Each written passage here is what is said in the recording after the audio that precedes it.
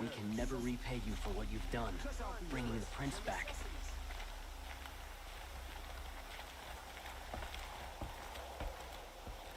Only the finest goods here. See for yourself. You'll regret not stopping when you're in the thick of it. Fine goods for a fair price. You'll like what I have for sale, I promise. Come take a look. I'll give you a good price. Only the finest goods here. See for yourself. Fine goods for a fair price.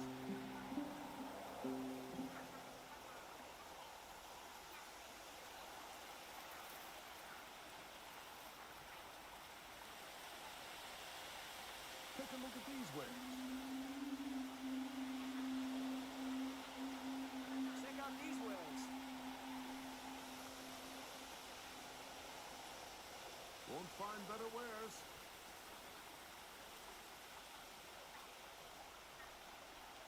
Would you like to buy something today? You'll like what I have for sale, I promise.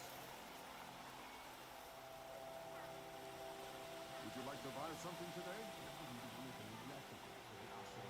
I've got all the best goods here. It's always the ones you least expect that cause you trouble. Buy what you need, leave the rest. You'll regret not stopping when you're in the thick of it. It won't cost you a shard just to look. You know if you're lost, I'm a guard, not the town crier.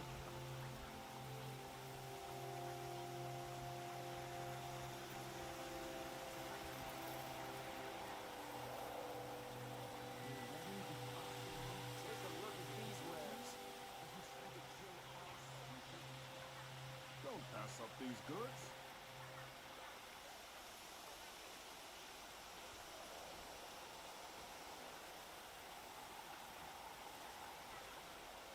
Don't forget to stock up before you're on the road. A shame a woman became Sunhawk of a lodge.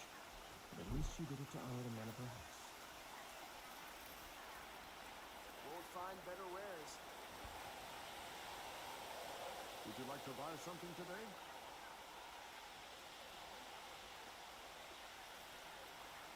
Won't cost you a shard just to look. Prince is alive and well in Meridian. Carja and Shadow have been proven baseless traitors. Buy what you need. She Leave and the her rest. bandits try to Don't get forget past to me. stock up before Come you're on take a the look. road. I'll give you a Mark good my price. words. Fine goods for a fair Would you like to buy price. something today? Lucky that the Nora will be.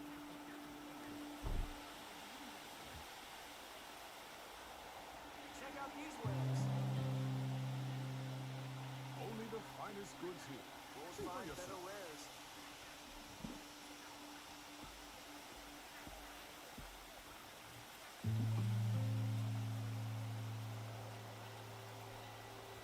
Take a look at these wares.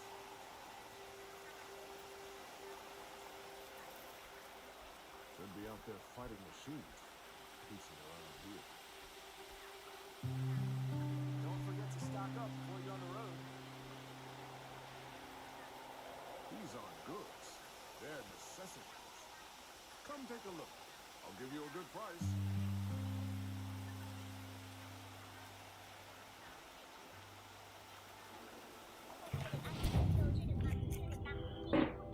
Rồi, ok. Xin chào anh em, chào mừng anh em đến lại kênh tôi.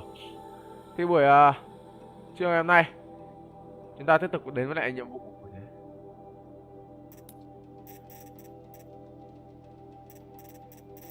Nhiệm vụ chính nhá. Đó là nhiệm vụ đến cái chỗ đéo đây, mình đã biết, đã quên mẹ rồi.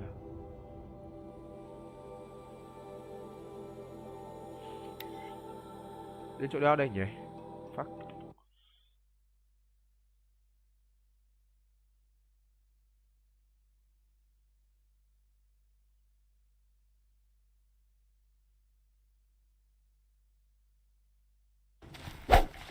Ôi, We got our sun king to guide us.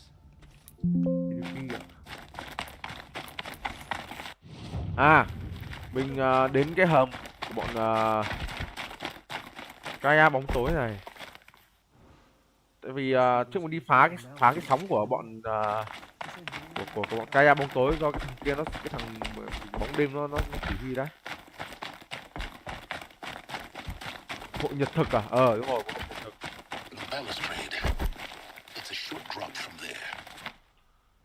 Đây bây giờ mình vào cái hầm để mình phá hủy cái bao cái tìm hiểu là phá hủy nhỉ? Cái đó ở đây. What the fuck?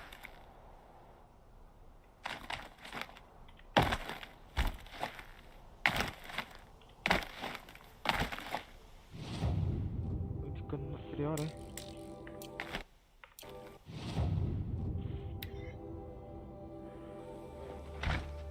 Đi.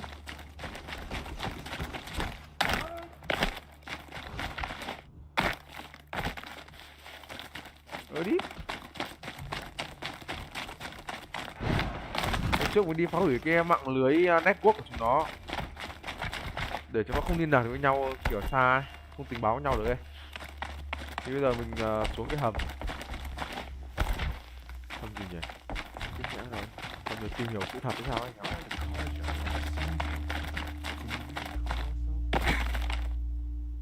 Ơ!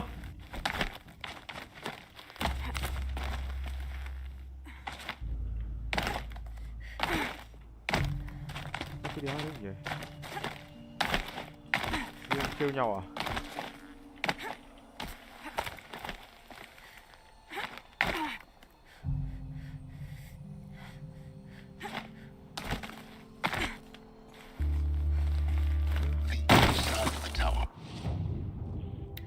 Cái đéo ở đây? Bob wasn't so charitable when his father was concerned.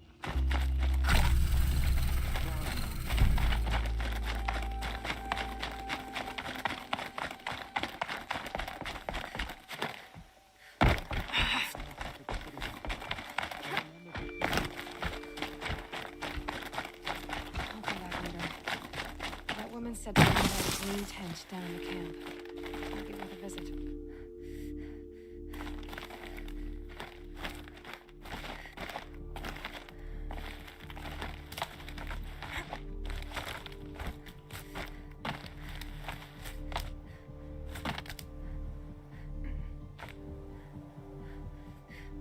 Mẹ à ghê nhỉ?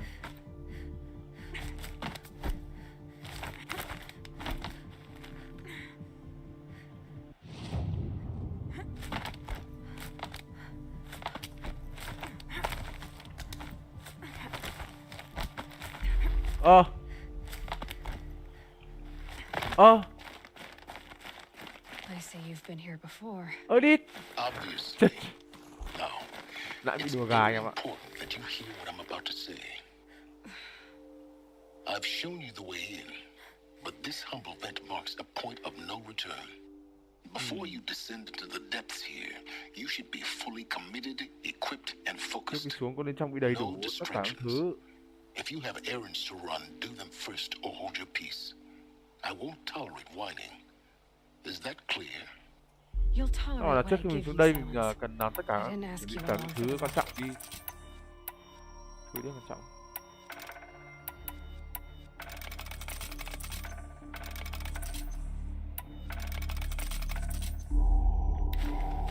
Vào thôi, ta cần làm thứ đéo ở đâu.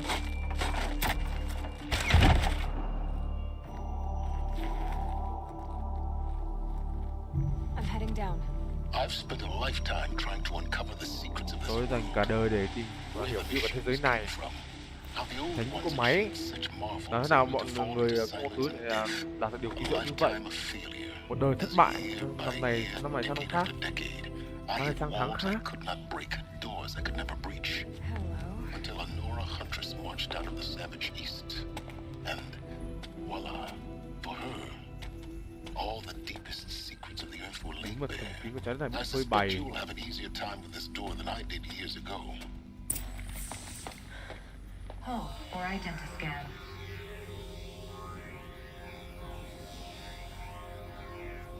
Genetic profile confirmed. Entry authorized. Malfunction. Malfunction. Cái đéo đây? Kidding me? You don't hear me laughing. Shut up. There's gotta be another way. Hey! Elizabeth Stovek here! Requesting access! Access request acknowledged. Root command functions available. Do you wish to proceed? Đi. I do! Get me through this door!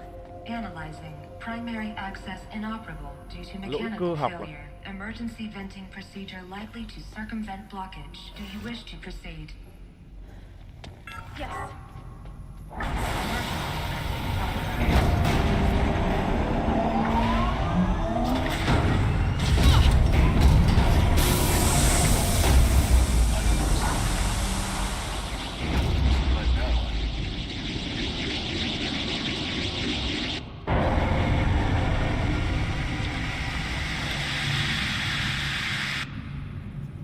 Guess you can't have everything. That will draw attention. We won't have this place to ourselves for long now. We? Last I checked, I was the one risking my life down here. Yes, fine. Now will you please get moving? There's so much to learn in less time than I'd hoped. Có quá nhiều thứ cần tìm hiểu. Thôi, tìm hiểu gì? Welcome to Project Zero Dawn. Chào mừng đến với dự án Bình Khởi Nguồn. Đây rồi. We found it. Are you really so surprised? Facility diagnostics detected Rất nhiều sự failures. cố. Attempting repair. So, what was this room? An entrance hall, perhaps. Have a look around.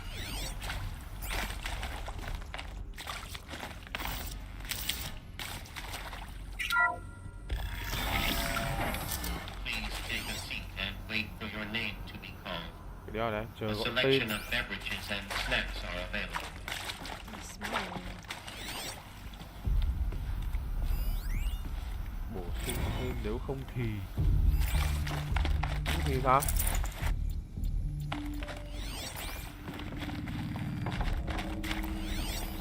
Please proceed into viewing room 1 for an important message regarding the purpose of your visit.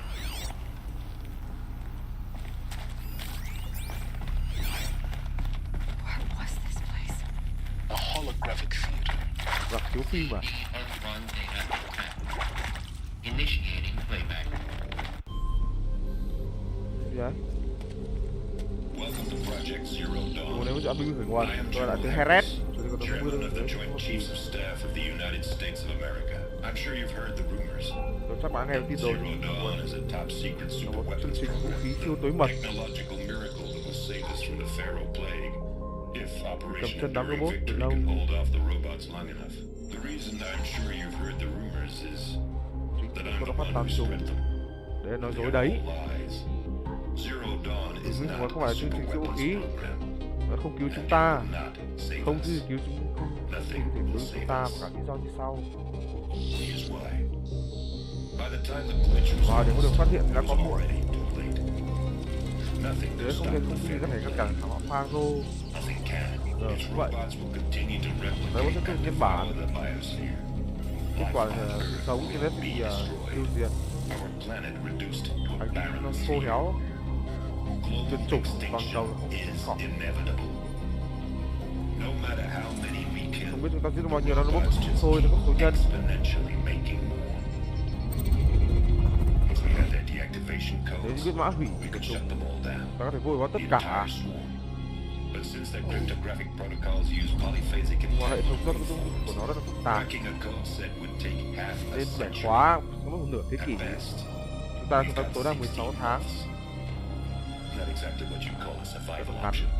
The destruction of a Sự biosphere hủy is diệt not của the chính quyền không phải là same ngày tận problem thế as mà one way out trong of a fallout hầm phóng shelter xạ. or a space station. Là There trong will be không no gian. Earth left to reclaim. Trái đất Just không có đất để a cải tạo. lifeless, toxic rock with several million Pharaoh robots on Độc it, hại gồm có một tá hibernating, phá cổ ở trên, waiting for ngủ something to đông, eat. chờ đợi rình rập. This is the horrible truth behind the lies of Operation Enduring Victory. Đấy sự thật đằng sau. My lies. Lies designed to inspire millions of innocents to Chỉ có sacrifice hy themselves sinh in hàng triệu battle. trong cuộc chiến của chồng mình. Why? One reason. Chỉ duy nhất kéo dài thời gian. Các bạn có công việc các bạn sẽ làm ở đây. And the work you will do here. Nghe là bạn đã truyền công nghệ cho thế hệ sau à? The day that life on Ngày Earth khởi đầu ceases mọi to thứ sống nhất exist không tồn tại, is coming nó đến rất fast. nhanh, It cannot be không stopped. thể ngăn chặn The nó hope được. of Zero Dawn is that Hy vọng bình something minh khởi new nguồn might sẽ là come thứ đó mới after. mẻ xảy ra sau đó. But I will leave it to Elizabeth Chúng tôi sẽ Sobek nhường to lại shine cho that thin ray con of light into the Elizabeth soi darkness. rách, Paris. soi tia sáng mong manh trong bóng tối.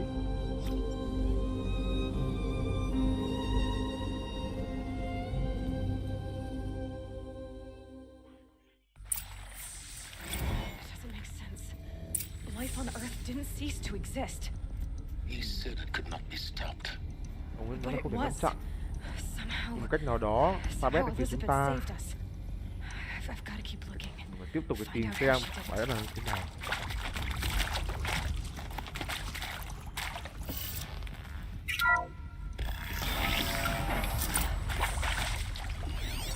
Kestrels. They got in. Through the vents. Let nothing stop you from learning the truth. Spread out!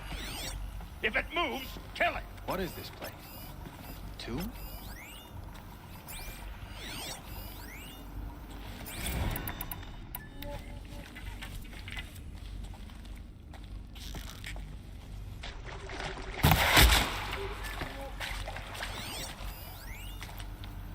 Previously worked for Pharaoh Automated Systems. On the chariot line self-replication routines? I came here thinking this was a rendition. When your people took me, I thought, about time. I've been trying. Đổi giáp đó. Một cái giáp băng ở đằng cái đéo này.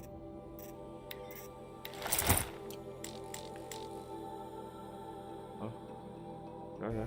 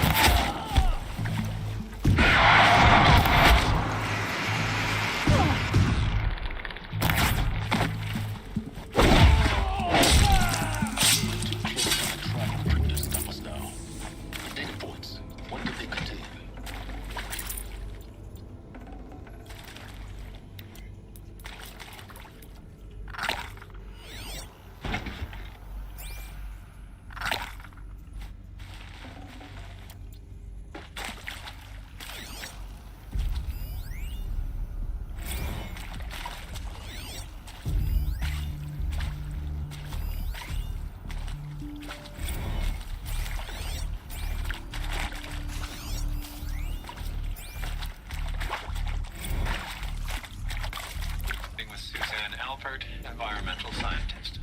Doctor? I'm sorry, I wasn't, Just stating your name. What were you thinking about, Doctor? Nothing the General said.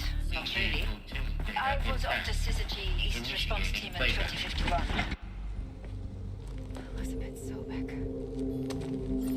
You've heard the bad news. Ngoài ra nghe tin xấu, It's all true. toàn bộ là sự thật đấy. The Pharaoh plague is Thảm họa devouring Pharaoh lives đang here. nuốt chửng Life toàn bộ itself chính quyền. will cease to exist. Vật chất sự sống sẽ không tồn tại. But does that have to be Kết the thúc end? nhất thiết phải là như thế hay không? Gì đấy? What if we could give life Ta có thể tạo ra sự sống a trong tương lai thì future? sao? Chúng ta có thể What tạo ra if một we dạng could hạt build giống, the kind of từ đó một seed hành tinh chết, which, sự on sống có thể eventually, sinh trồi. life could blossom anew. This is the aim. Mục tiêu là hy vọng của dự án Bình Minh khởi nguồn, Project Zero Dawn. tạo nên hệ thống To create địa a hoặc super khai hóa hoàn toàn tự intelligent, động, fully automated terraforming system and bring life back siêu from thông minh, lifelessness. đưa sống trở lại cõi vô hồn. What would such a system Của hệ require? thống thì đòi hỏi những gì? At its core, Về cốt lõi, it nó would sẽ need a cần trí true tuệ nhân tạo đích thực. AI fully capable of making the trillions of decisions Họ necessary có khả to năng đưa ra hàng nghìn tỷ quyết định cần thiết để tái tạo sinh khuyển. an immortal guardian Một hậu vệ bất tử, devoted tận to tâm the với công việc khôi phục, reflourishing of life. phục hưng sự sống trên trái đất. Mother Nature Chúng ta còn has là Gaia, mẹ thiên nhiên, một dạng chữ That's nhân just tạo. the core of the system. Đó là cốt lõi của hệ thống. She will need to be Cô ấy surrounded sẽ and được bao quanh và empowered tiếp cận một tổ by chức a comprehensive suite năng hỗ trợ toàn of diện này. subordinate functions. Think of them as extensions of Gaia's mind, Hỗ trợ trí tuệ Gaia dedicated to a specific purpose. phục vụ mục đích. Now these aren't AIs, but make no Đây ngoài các trí tuệ mistake, nhân tạo, each đừng nhầm presents lẫn. an engineering Còn thể challenge hiện những more profound kỹ thuật than uyên thâm anything the human species has ever before attempted. thông Hardware minh that hơn, tức là preserves and then đây gestates the phần billions cứng of seeds and embryos được from là which bằng life hàng will tỷ be hạt giống reborn. phôi thai, dưới việc tái sinh, Construction of underground xây facilities dựng to cơ thể hold lòng it đất all. để chứa đựng tất cả. That's just the start. Đó là sự khởi đầu. We don't have to build the Chúng ta cần phải entire xây dựng system. bảo vệ toàn bộ hệ The thống và đem beauty một of a fully hệ thống automated được khai terraforming hóa tự động system hoàn toàn. is that it can build itself. Các bạn nào đó thích nhỉ? Now over the days to come, Bây giờ những ngày you'll tới, learn how all these bạn sẽ tìm functions, hiểu all tất these cả những pieces that hàm you'll be số working này, on fit together. toàn bộ mảnh ghép, How we'll race the clock to execute our harvest initiatives. cách của chúng ta chạy đua thời gian thì các khởi xướng thu hoạch phần về sự công nghệ và hạ tầng cơ sở. Nó niêm phong nó lại trước khi chuyện không để tránh khỏi diễn ra. Nhưng trọng hơn là các bạn sẽ biết làm sao chuyện không kết thúc tại đây. Làm sao Kha khởi tạo được những đoạn mã hủy này lại nữa để lại truyền chúng đi ở hội đám khoa cô mãi mãi. Làm nào mà Gaia không chỉ định chế mà còn hình dung ra con robot mà nó cần thực hiện công bức xúc nhiều thế kỷ.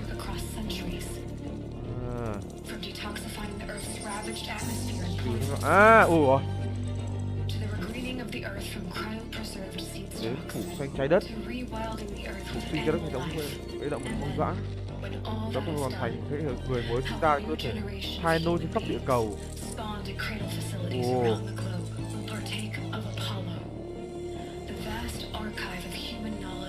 Truyền tải tri thức trong văn hóa rộng lớn. Họ sẽ biết về chúng ta. Đấy. Thế giới chúng ta cũng chọn nhất là làm thế nào để không lặp lại sai lầm của chúng ta. Chỉ đó không phải là một giấc mơ, nó có khả năng của chúng ta làm việc miệt mài không ngừng để đạt được nó.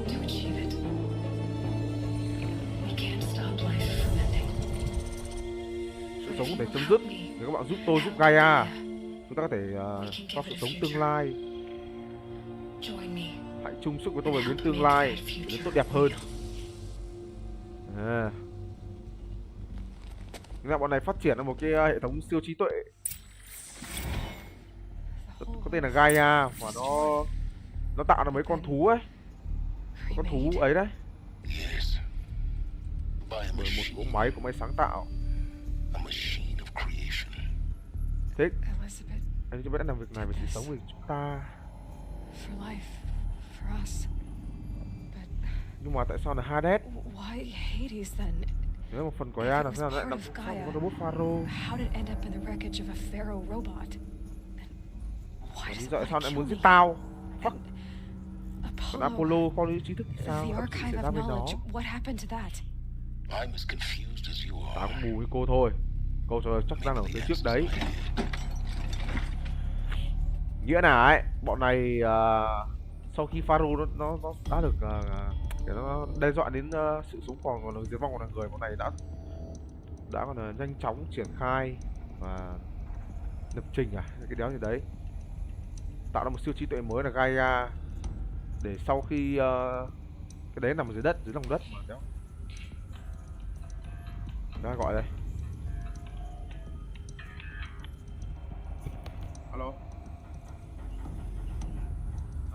Nhầm máy rồi nhá, nhầm máy rồi nhá, đây bị bắt rồi. Ok.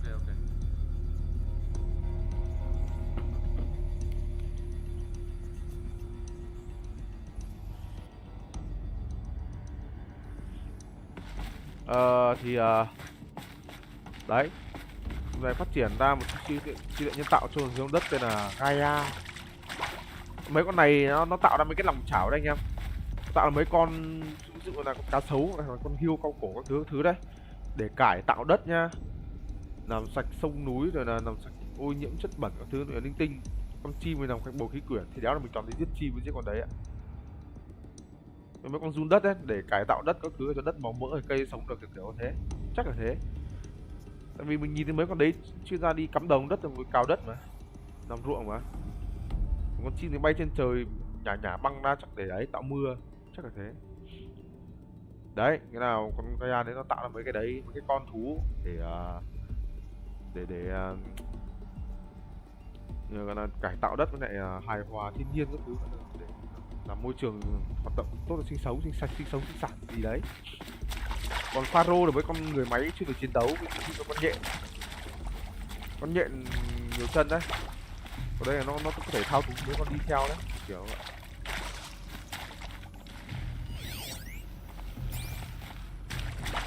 Mà mình thấy hầu như toàn ấy thì mình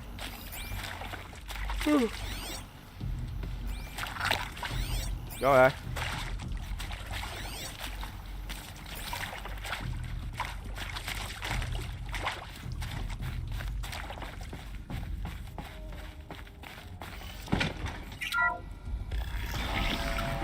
Heavy.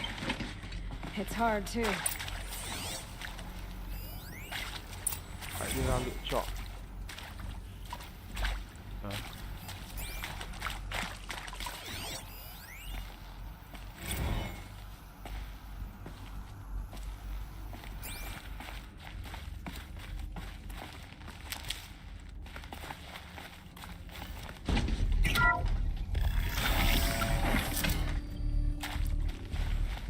Intruder! Get her! There, Dave.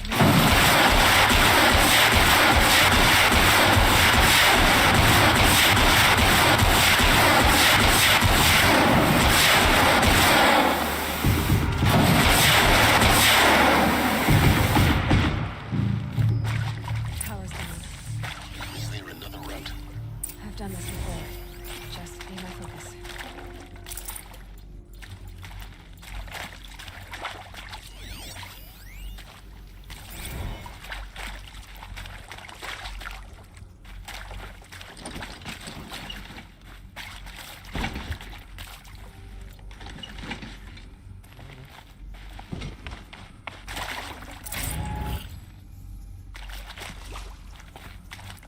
Should give me the upper hand.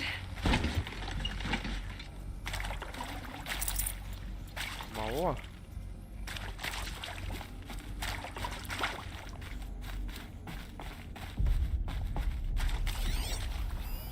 Cửa mã đi còn vậy. Lại mới có phải đố rồi. Need to find the right configuration. There's a part missing. Maybe there's a storage area nearby.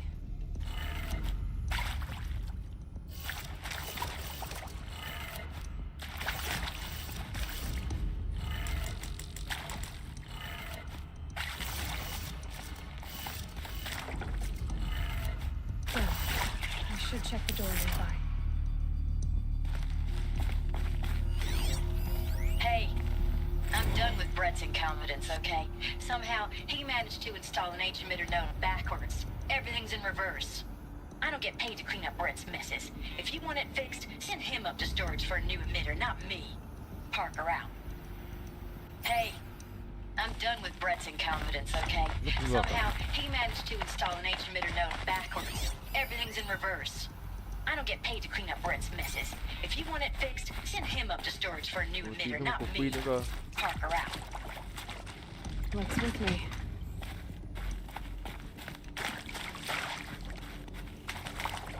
Pin ở đây đấy.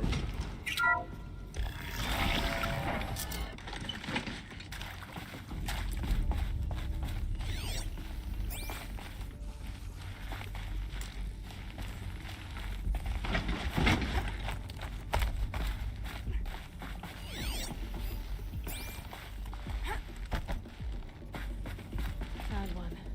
Looks intact. Đấy, pin đây.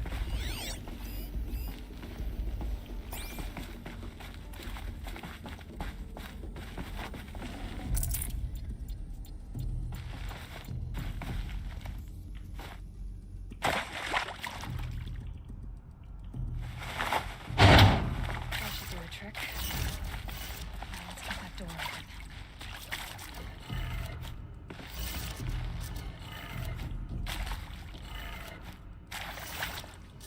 Rồi đấy. Thôi đi con này.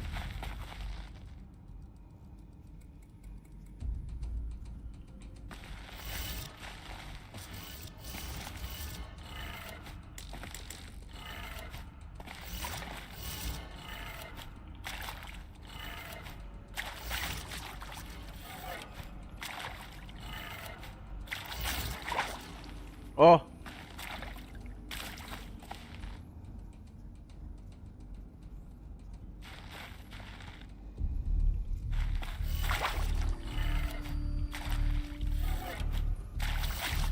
Ngược à?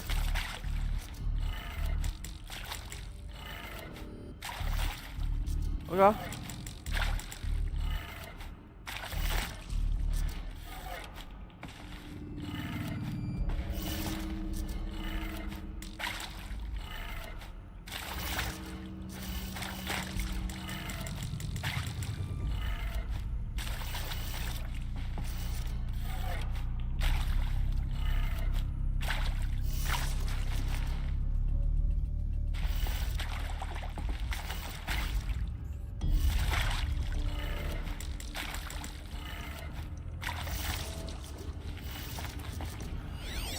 Theo nó bảo để nó bị đóng ngược mà. I'm done with Brett's incompetence, Nếu okay? cái tại nắp ngược của Somehow, he emitter managed to tất install cả an đều bị H-emitter ngược. node backwards. everything's in reverse. I don't get paid to clean up Brett's messes. If you want it fixed, send him up to storage for a new emitter, Tất not cả me. đều bị ngược à? Parker out. Kể cả chiều đúng không? Nó lên là xuống này, sang trái là sang phải này. Cái này xuống thì là lên này. Cái này bên trái thì cái này đúng rồi.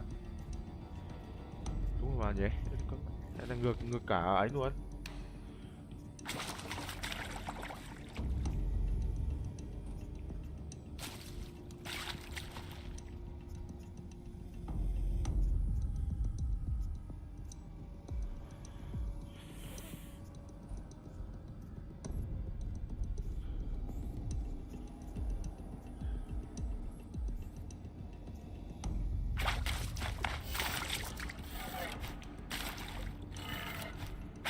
Hai cái này đúng không? Được. Rồi. Now to see what lies beyond it.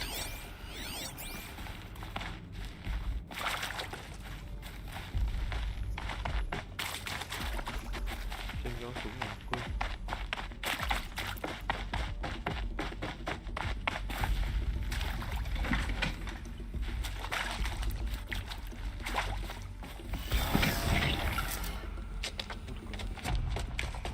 Chó vào đây nhanh với. Eclipse. They're here. Avoid contact. Lines look good. Tránh giao chiến à? It's up there. Second floor. Can you reach it? So much for avoiding contact. Giết luôn.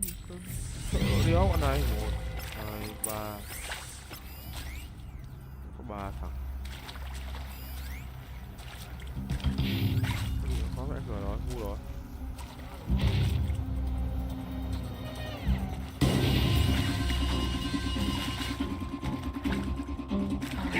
New plan.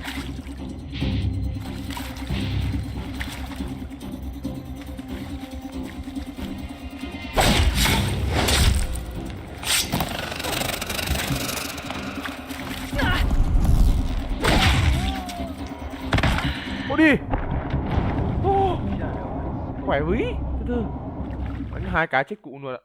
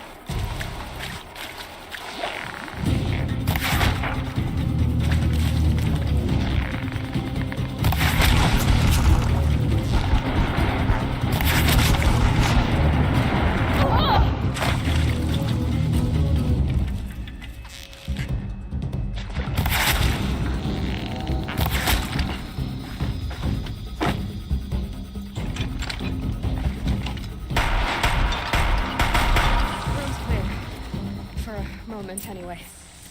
Get moving. You have to find Gaia.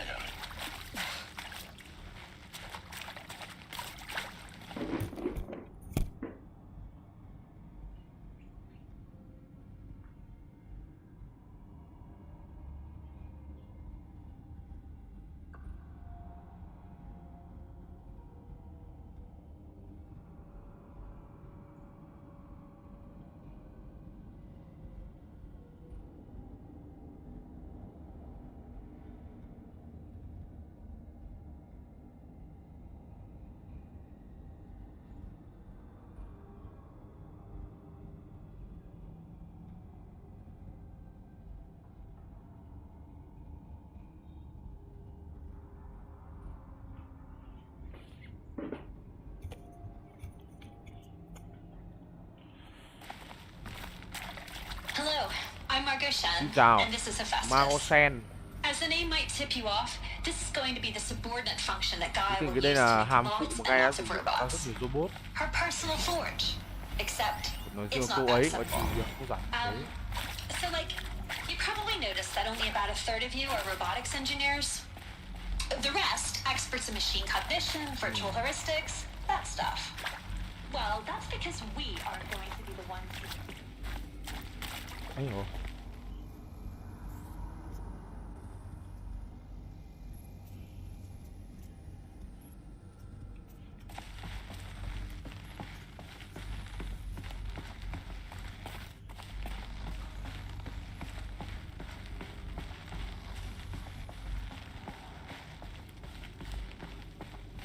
Queen này. À mà đây mình không nhận được cục Queen nào nhỉ? Pin cũng bỏ qua. Đỡ vui. Gì đây?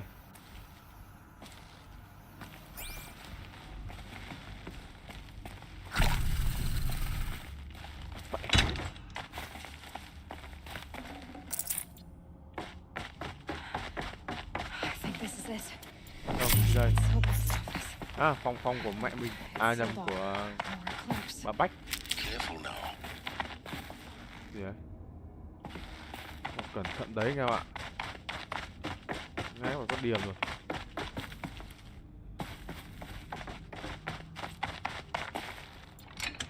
Có điểm bố mình lấy xuống rồi đi ngay. Điểm. Ôi à!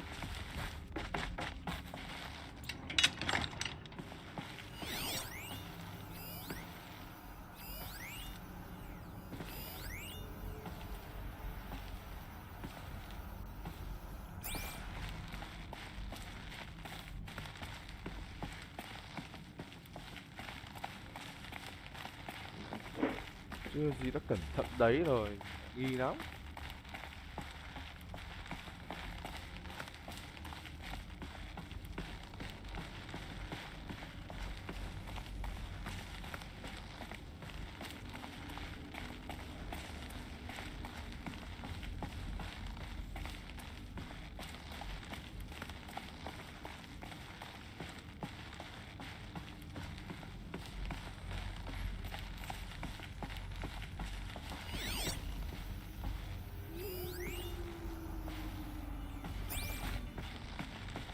Welcome to Apollo.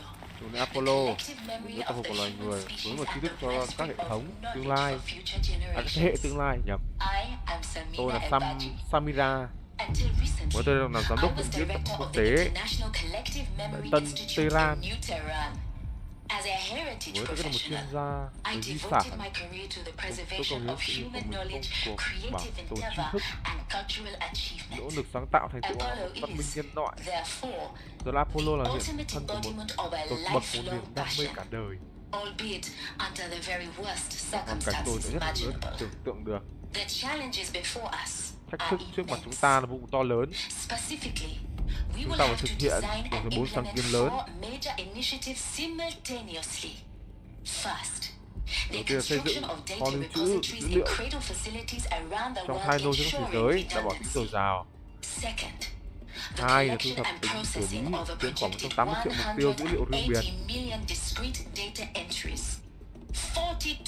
42 danh ta đưa ra dữ liệu bằng tiếng quan thoại tiếng Anh, Tây Ban Nha, Ả Rập. truyền The tải mã hóa tất cả transferal and dữ liệu về encoding of all that DNA, data DNA, onto DNA kết mang encapsulated in trong hóa thành nhân synthetic tạo, fossils. chất The only medium môi trường capacious and durable enough to safeguard it without degradation for the centuries to come.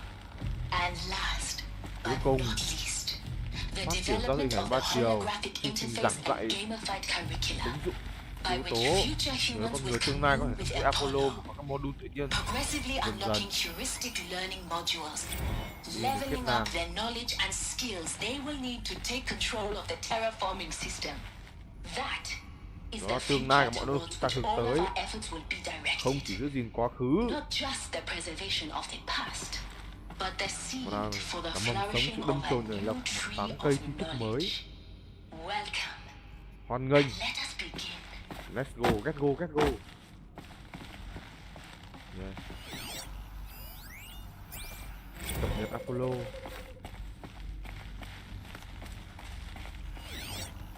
Một, hai, ba.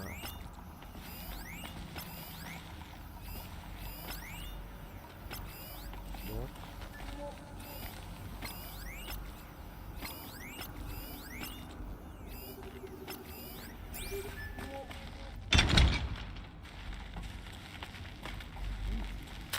Under the sun ring all this time.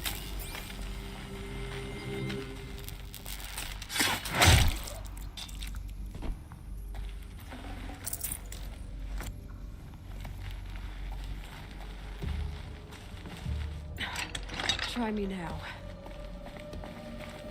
Mày thử giết tao đi.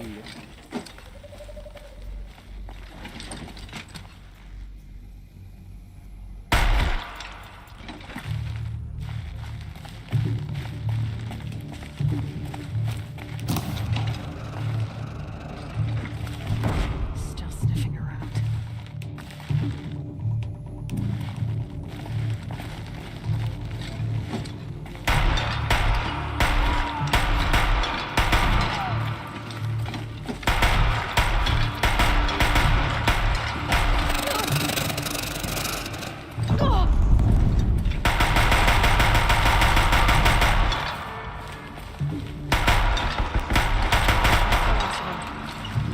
Once more. Should have been a cave of wonders. Look around. See if anything is left.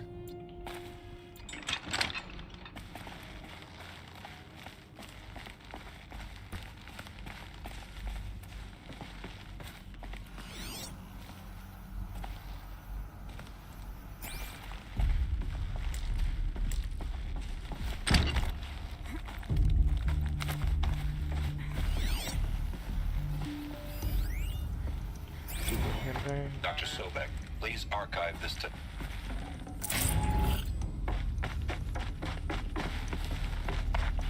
Never know when I might need these.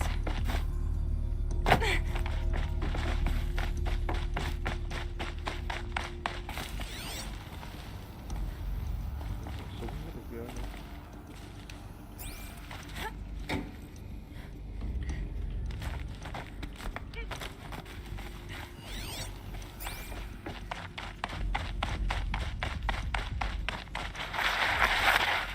Welcome to Hades. Zero Dawn's extinction failsafe protocol. Hades, giáo thức phòng chống tuyệt chủng của Bình Minh khởi đầu. Now, I know what you're thinking. Các bạn đang nghĩ gì? Purpose of Gaia Kiểu is Gaia to là hồi sinh resurrect sự life. sống. So why give her a subordinate Vậy tại function sao only purpose of which is to cho wipe cái out năng life all phụ over giết được again? có I tổ mean, sống một lần nữa? what the what? What the Just fuck, cái đéo gì gone vậy? crazy, ain't it? Thật là điên rồ không? No, Không điên đâu. it isn't. Phục hồi hệ sinh quyển ư? Đó của đòi hỏi quá cao. That's a tall order. Tech smart as Gaia may be, Siêu việt như ai thì có thể odds are she won't get khả it năng right lần the đầu cuối first sẽ không làm time. được. I mean, Từ đó các bạn hãy imagine tưởng your tượng Gaia. tụi mình 200 Gaia years đi from now, and this 200 năm new từ bây biosphere giờ. you're growing, it's all gone wrong. Hệ sinh quyển mới Alkalines đang are skyrocketing, universe hoàn toàn forests eroding under the lash of tiền trong vòng superstorms that của would cái have rừng drowned đã bị Noah. xói lở, cơn lốc siêu bão. Chaos, spinning Bất top kỳ that hỗn won't nguyên. stop wobbling.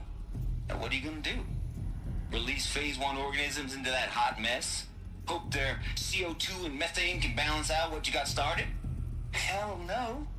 What you're gonna do, Để các Gaia, bạn làm với cái này is Gaia step aside tránh sang while một bên để Hades kết Hades quả takes và làm over những gì and các bạn does có what năng you're just chiều. too darn Đến từ để có thể nurturing làm. and life-loving to do. Which is Thiêu burn that cháy hệ misbegotten sinh mess of quyển a cứu biosphere hỗn to the loạn ground so thành cho Gaia can start over. Gaia có thể làm lại từ đầu. Okay, not burn, more like reverse terraforming operations and suffocated.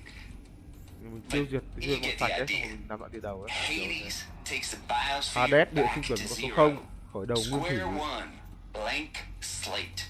And then, Rồi sau đó only then does a hand nó the mới steering nó wheel xả back to Gaia bên and lái cho say, Gaia và nói try again, old trở girl. đi gái già And better này, this time, khá or hơn we'll đấy. have to do this again. Kiểu chúng ta lại một lần nữa. Đó là Hades. Hades, It's pretty cái badass ngầu when đấy, you think about it. tuyệt chủng theo yêu cầu. Extinction on demand. Death on speed dial. All for the greater good, of course, but Đương nhiên đấy là một mục đích cao cả hơn. kinda metal. Vì thế thì hơi ác độc So quá. welcome to Hades. Vậy nên chào mừng đến với Hades. Welcome to the void. Chào mừng đến với Black Okay, Hole. so if that's the original purpose of Hades, why does it want me Mới extinct? lúc bắt đầu Hades tại sao nó muốn giết tao?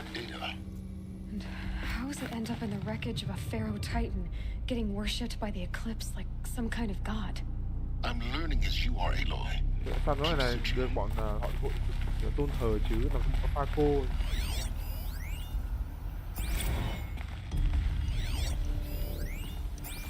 Cái dự án Hades là cho hệ sinh quyển, cho hệ sinh thái về con số 0 luôn đấy, xong rồi làm lại từ đầu luôn. Đấy, là cái mục tiêu là để con Hades nó được Looks like the only way sinh ra. onwards.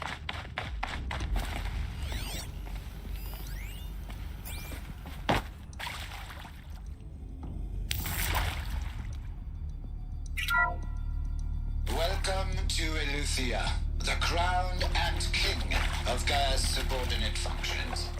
For it is by Eleuthia that the human race will continue to Probably exist. needed a wash. I am Patrick Brochard-Klein, the alpha in charge of this program. Now let one thing be perfectly clear from the outset. Eleuthia is not a genetic engineering project. Our goal is to preserve the human genome, not alter it.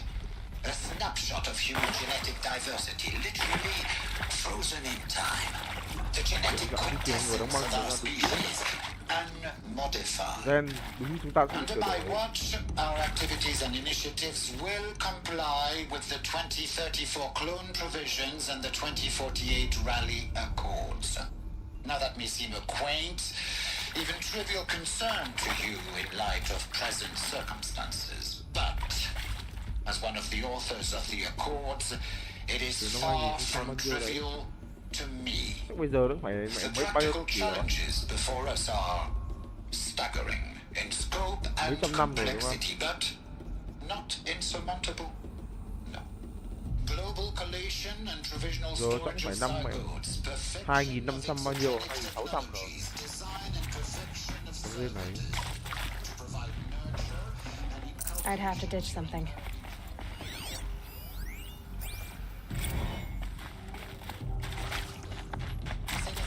construction of global facilities and sites around the world. Cradle facilities. Cơ sở các thai nôi. Elizabeth said a new generation Elizabeth đã nói mọi người phải sinh sản ra những cái nơi như thế này. She did. Mother Mountain. It was one of them? There's only one way to be sure. The hatch wouldn't open. Something about a corrupted alpha registry. I need to search Elizabeth's office.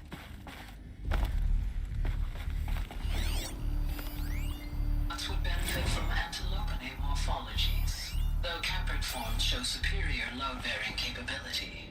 You're a quick study, Gaia. Dr. Sobek, as I have conducted this comparative analysis of mammalian morphologies, I've gathered extensive data on the quaternary extinction event. Oh? And your assessment? Cô đánh giá như thế nào? Gaia? Logically speaking, the extinction was a natural Logic consequence. thì tuyệt chủng hiệu quả tự nhiên, nhưng And yet, tôi thấy I sự mất find mát the trong loss sinh of hoạt của động megafaunal vật species buồn mà khó lý giải. unaccountably sad. That they passed forever Những into diễn sở quên oblivion lãng. causes me to experience a grief that is difficult to describe. Am I malfunctioning? No, Gaia, you're not. This is good. This is very good.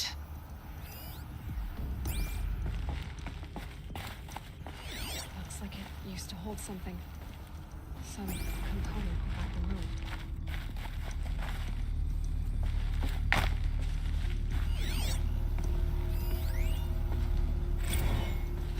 You will undergo a brief period of unconsciousness during relocation to Prime and final instatement. Elizabeth, may I speak outside protocol? When you're back up and running at the new site, we'll bring the subordinate functions online and see where we stand. Elizabeth, I detect distress. Ở đây con Gaia đây. Are you all right? I'm fine. I realize that circumstances compel us to launch earlier than we hoped, but all subsystems are operational. The odds stand in our favor. But what if... Gaia, there's nothing left out there. Gaia ngoài đây chẳng có gì đâu, chỉ còn không thể sống nổi. You can't even survive unless you're wearing an environmental suit. Môi trường. There are billions dead. Hàng tỷ người đã chết trong In sợ hãi và fear đau and đớn. agony. What if... Lỡ như mọi chuyện đều phí công vích thì What if it sao? was all for nothing? Elizabeth, extinction was inevitable. Tuyệt chủng không thể tránh khỏi. Thanks to you, Nhờ life cô, will have a cuộc sống future. có tương lai. You really believe that? I believe in you, Elizabeth. In you, all things.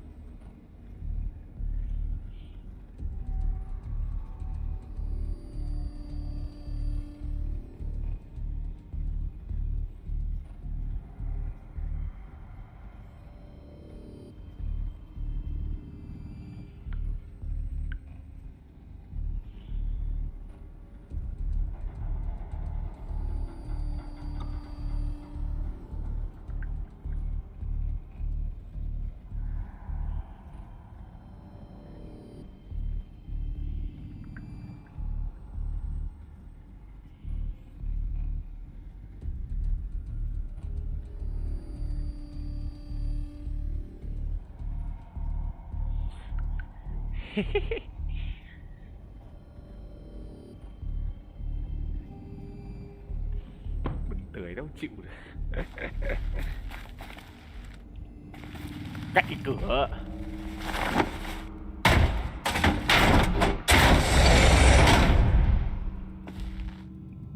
Rồi.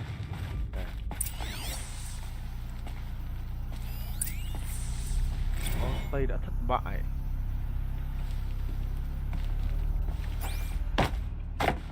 Truy cập. The Alpha Registry master file. Intact? Yeah.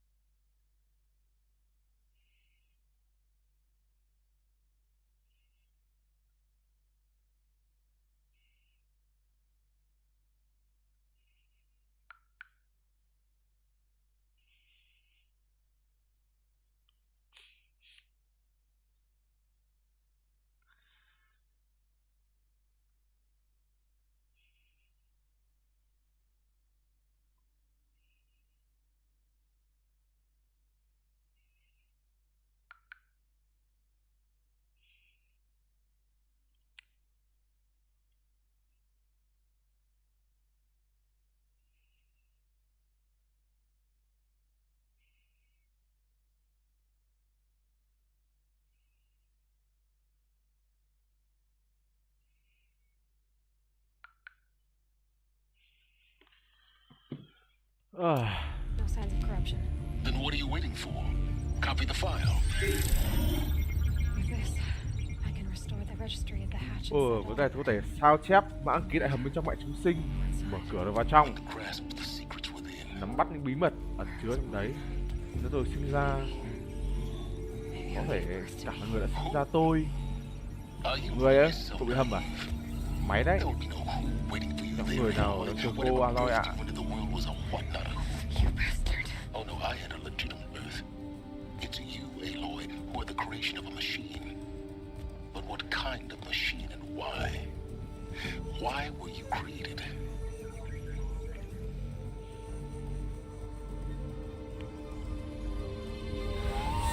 Gì đây? Con gì sau ấy?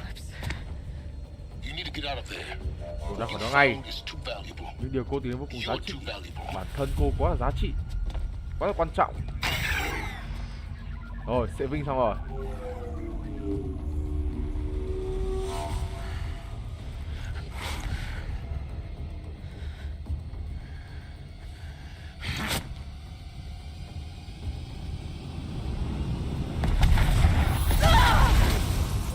Kính đéo phế vật à? Kính đâu năm rồi? Quên.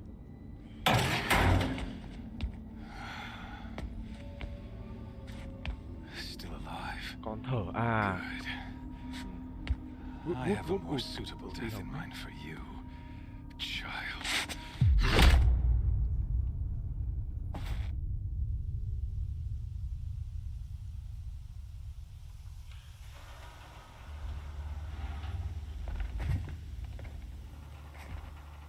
My entire life, I've always known one thing with prophetic certainty. That I was destined for glory as a champion of the sun. Even when Geron was murdered, even when Meridian fell, I never doubted my destiny. Until you came along. When I heard that you had survived, a doubt took root in my mind. As sure as the sun rises and falls each day, those I am bade to kill die. And yet I fail. How? Why?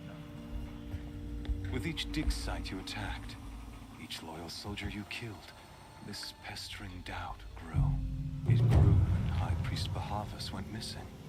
And when the true Sun King Item was snatched away, it not only grew, but multiplied. I kept thinking of the moment my knife pierced your throat. One twist, a simple tug of the blade, and you would have bled out. In slaughter, I am a practiced hand. So why hesitate? Why fail my destined purpose?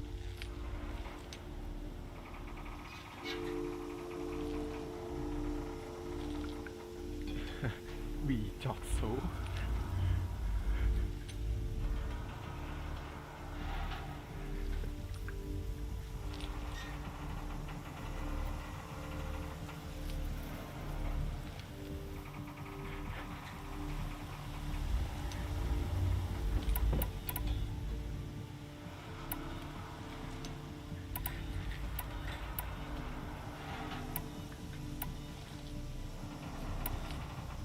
If you're gonna go on babbling like this all night, could you just kill me now? Oh no, we're in no hurry, you and I. Not now. Maybe some physical torture to distract me from your voice? At that moment, on the mountain, I aimed to kill you with dispatch, and yet did not. Why? This failing troubled my thoughts. Haunted every step. It was only when I captured you, down in that place, that I finally glimpsed the sun's design etched at length across the course of events. You were meant to survive that day on the mountain. Meant to interfere at dig sites and kill my men. Meant to eliminate High Priest Bahavas. Meant to snatch Itamen away. Conversely, I was meant to capture you. Here.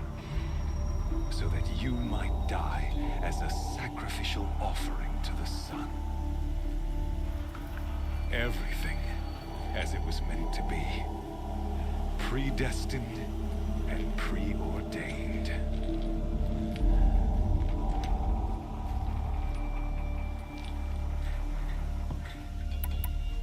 Mày là một con rối rồi. Some destiny. You're following orders, not some grand cosmic design. You're a puppet, with Hades yanking the strings, a pawn pushed around by larger forces. It'd be laughable if there weren't so much killing involved. Hades is an ancient machine, not the buried shadow of Karja myth. It doesn't care about Meridian. It wants to kill everything and everyone. And you are its dutiful slave. I serve not the buried shadow, but the sun in shadow. All halves of nature joined to one cause. Shadow to sun, dark to light. Do you really not hear how ridiculous that sounds? You've gone from serving an insane homicidal Sun King to an insane homicidal machine. You're moving down in the world, not up. I'll remember those words as I watch your corpse burn. Whatever's left of it. You fail to grasp the point. As surely as you've been conquered, so has all doubt. And with certainty of belief comes unstoppable force. Then you put your faith to the Mày test. mở cái này ra đi. See if things work out like you Cái expect. chuyện theo như mày The nghĩ không? circle has closed. Every element is in its proper place, exactly where it belongs. The errant beast, now caged, will serve her true purpose. A sacrificial animal. Oh, speaking of sacrifice, Nói vật tế, I forgot to tell chưa you. kể với mày. After you Sau crashed khi the mày phá hỏng Eclipse mạng lưới nhật network, thực, I sent ta phái sứ messengers giả into đi the tới phía east đông to rally the forces để there tập and mount an invasion phát of động a xâm lược đất sacred thiên. land. Cái đéo đấy. I ordered Ta định every giết sạch Nora Nora. Đưa I đây was ta hoping hiện to bắt catch you người there, cơ. but alas, Có vẻ the không cần call thiết nữa seems to rồi. have been unnecessary.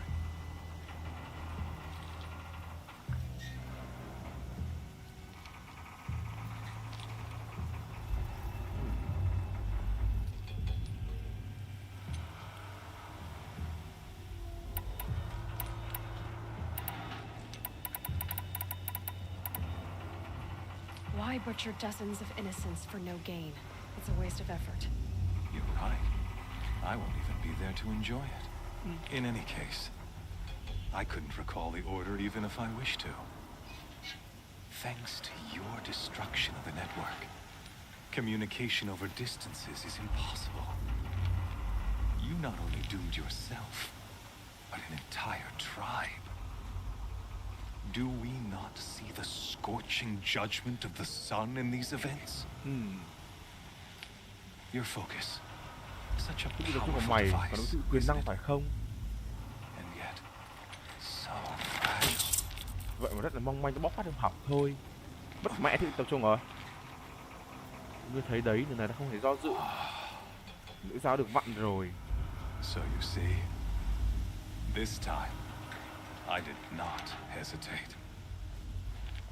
The knife has already been twisted.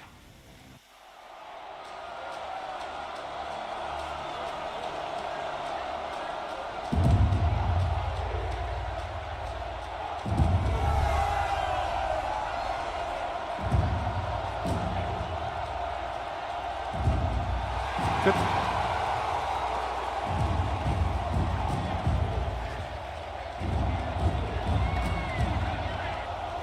Karja faithful, rejoice! Our years in shadow are over. A new dawn trembles on the horizon. A new day soon to break.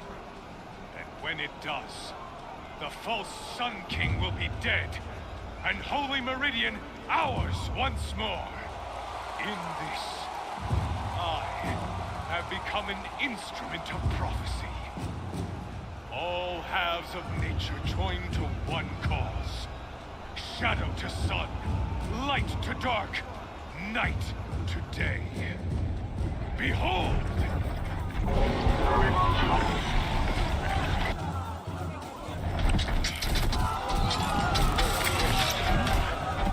Ui, con này gặp tao cũng suýt chết rồi mà. Can you not see the proof of the sun's blessing before your eyes? Wow, it brought light of day. Were they not approved by the sun and joined to our cause? Many years ago, to consummate this, the radiant Jerusalem ordered many faithfuls crushed in the hands of the behemoth. Mighty the sun, but it is mightier still in let this one, schemed and slithered, be the first to die. Let her be the first hãy để Siêu đầu tiên. Còn thằng vật tế chết đi. Không cho tao vũ khí à? Đưa vũ khí đây chứ. Thôi cút rồi.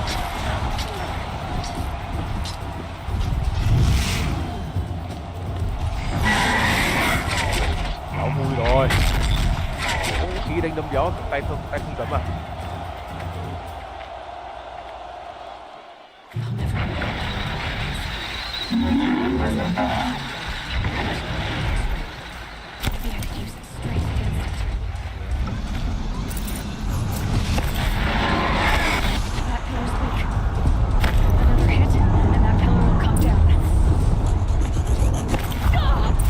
Rồi.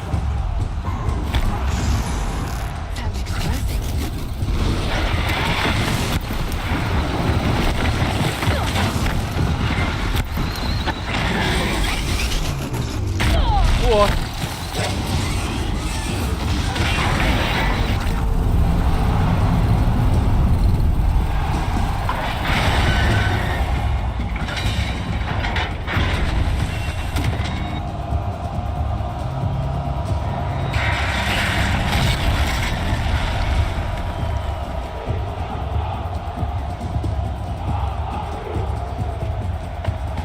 Trời ơi. Ồ, mày xác định với tao rồi.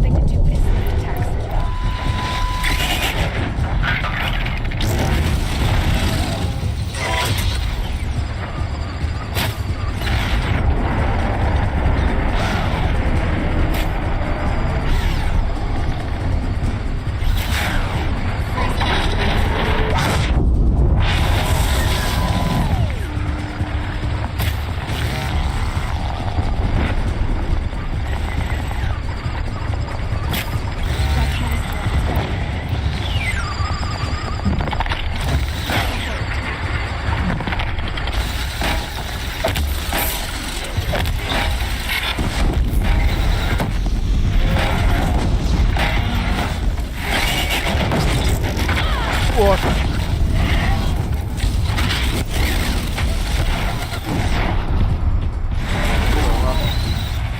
Tiếp thôi.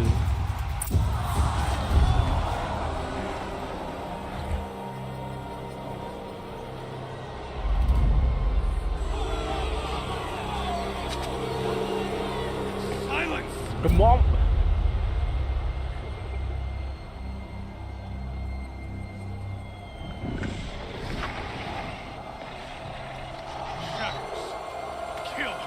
Tối giết của tao mau. Tiêu gió giết tao sao không thấy gì đó vậy?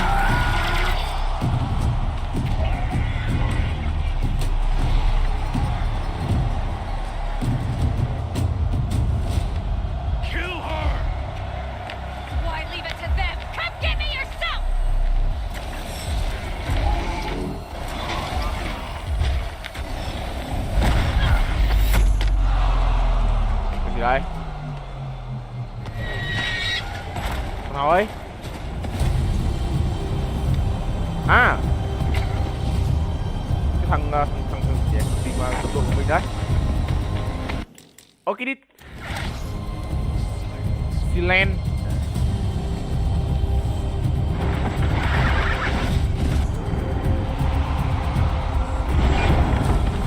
Đấy rồi, hổ. Wow. Nó thôi nó 3 con hổ cả. Khiếp thế.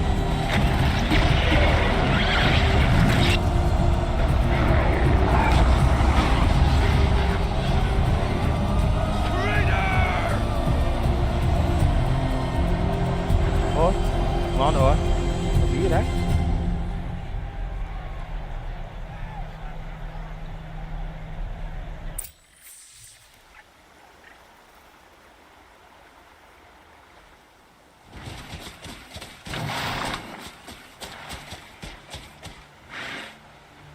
So you're here. Really here. Ông ở đây, ông You ở risked đây your đúng life. không? Of course I Ông did. đã bảo hiểm tính mạng của mình à? If Người you'd ngày been xưa killed, the tính giáo Lord's nhiều này. secret mountain would never have given Xăm me à? the secrets. Too bad you wasted your time then. Hãy đến pháo để Keyless tập trung vào destroyed my tôi. focus. Kèm theo mã đăng And ký the Alpha alpha registry rồi. with it. Not at all. Không. The whole time I've been monitoring À, your ta đã focus sao and ta đã duplicating sắp lại everything mọi dữ liệu cô đã quét lại. Installing that data to refocus was trivial. Việc cài đặt và dữ liệu tập trung mới cũng đơn giản thôi. Daddy sure does love his little man. You're really good at making it impossible to like you, Silence. But I guess I need this. It's time to see where you were born. Maybe you'll even Hãy learn đến why. nơi của sinh ra đi. Hãy tìm Yeah. hiểu nó đi. Meet the machine that birthed me into this world. Isn't that how you put it? I'll be off. Wait. Yes?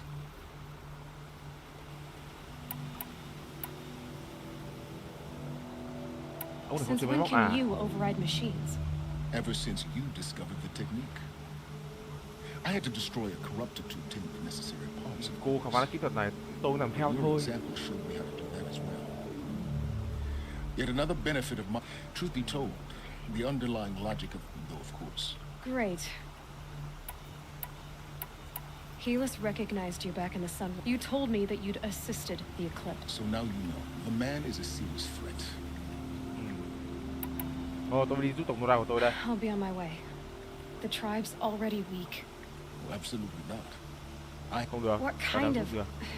When the time is right, I'll contact you. In the meantime, You think of everything, don't you? one of us has to. Aloy, for your sake. Yeah. Đấy, còn việc phải làm của nó. Bình có phải làm công việc của mình, không đi đâu.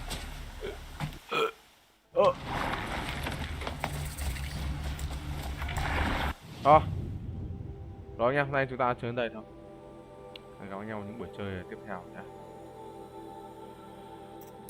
Lại 3 điểm kỹ năng rồi này. Mẹ, đóng kỹ năng thế.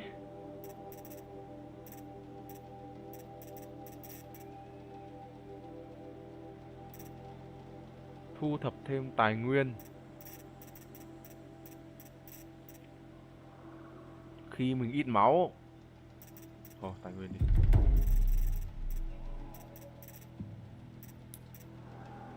Để đến khi mình hết máu thì chết cũng mất. Đấy, ok ở đấy. Hoàn thành.